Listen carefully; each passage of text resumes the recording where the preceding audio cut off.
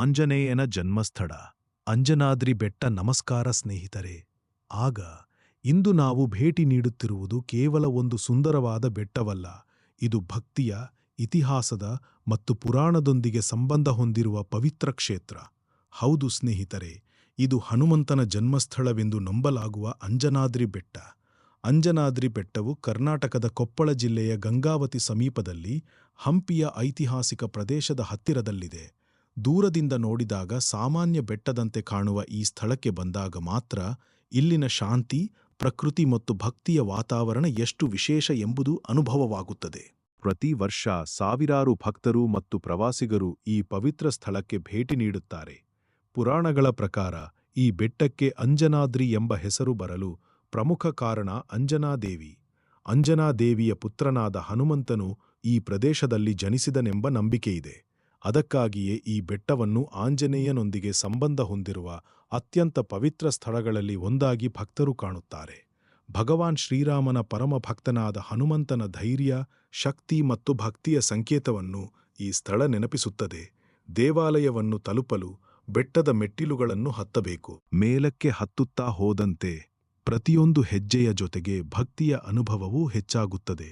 ಸ್ವಲ್ಪ ಆಯಾಸವಾಗಬಹುದು, ಆದರೆ ಮೇಲಕ್ಕೆ ತಲುಪಿದ ನಂತರ ಕಾಣುವ ದೃಶ್ಯ ಆ ಎಲ್ಲಾ ಆಯಾಸವನ್ನು ಮರೆಸುತ್ತದೆ.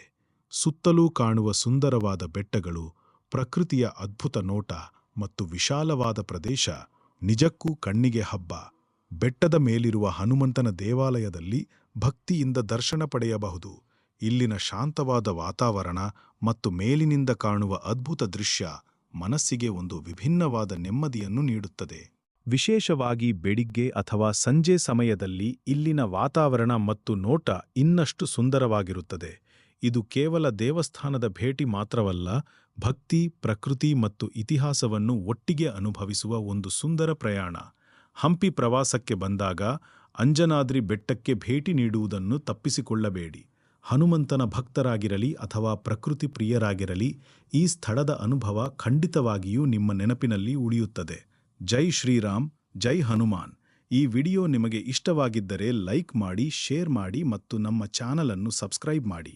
ಇಂತಹ ಇನ್ನಷ್ಟು ಅದ್ಭುತ ಸ್ಥಳಗಳ ವಿಡಿಯೋಗಳಿಗಾಗಿ ನಮ್ಮ ಜೊತೆ ಇರಿ. ಜೈ ಶ್ರೀರಾಮ್. ಅಂಜನಾದ್ರಿ ಬೆಟ್ಟದ ಈ ಪ್ರಯಾಣ ಇಲ್ಲಿಗೆ ಮುಗಿಯುವುದಿಲ್ಲ ಸ್ನೇಹಿತರೆ. ಇದರ ಸುತ್ತಮುತ್ತ ಇರುವ ಇನ್ನಷ್ಟು ಸುಂದರ, ಐತಿಹಾಸಿಕ ಮತ್ತು ಪವಿತ್ರ ಸ್ಥಳಗಳ ವಿಡಿಯೋಗಳು ಕೂಡ ನಮ್ಮ ಚಾನಲ್ನಲ್ಲಿ ಬರಲಿವೆ. ಆದ್ದರಿಂದ ಸಬ್ಸ್ಕ್ರೈಬ್ ಮಾಡಿ